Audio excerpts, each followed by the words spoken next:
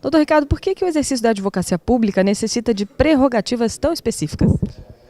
Para a defesa do interesse primário, ou seja, a defesa do interesse do ordenamento jurídico, do interesse da Constituição, das leis.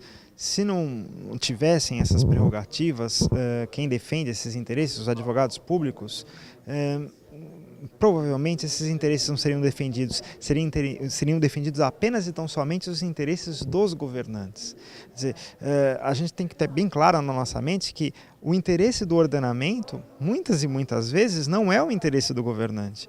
E se sem prerrogativas, por exemplo, sem estabilidade, é uma prerrogativa, uma das mais óbvias, sem estabilidade, a pessoa podendo ser demitida ad nutum, quer dizer, à livre vontade do governante, como ela vai conseguir manter a sua posição em relação à correta interpretação da Constituição e das leis vigentes? Não vai conseguir. E a questão da autonomia é um fator que compromete a atividade do advogado público? Compromete. A autonomia precisa ser defendida com muito vigor. Há que se diferenciar dois aspectos. Em relação à autonomia técnica, hoje já está pacificado que ela existe e ela é indiscutível.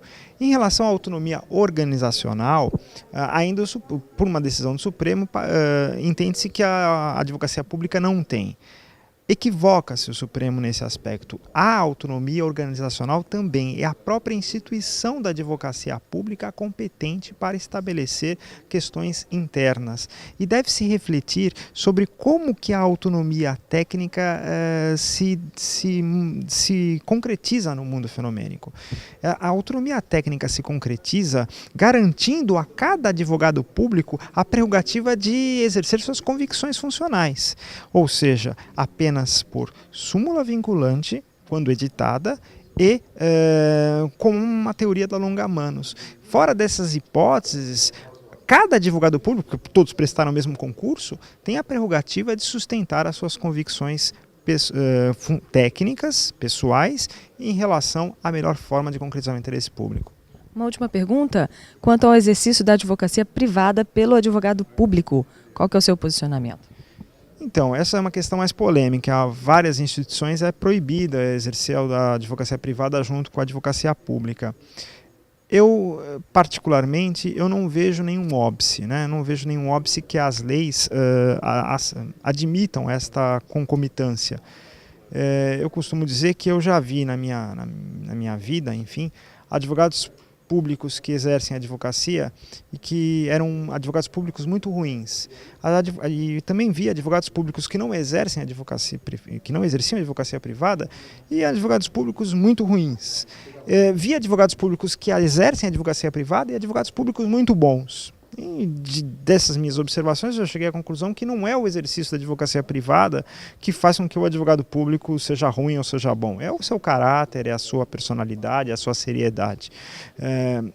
Há uma questão que deve ser enfatizada. O funcionário público, ele tem uma tendência, que deve ser combatida, mas existe na prática, de se acomodar, de parar de estudar, de parar de ir atrás, de se atualizar, de se tornar um funcionário muito marcado pela burocracia.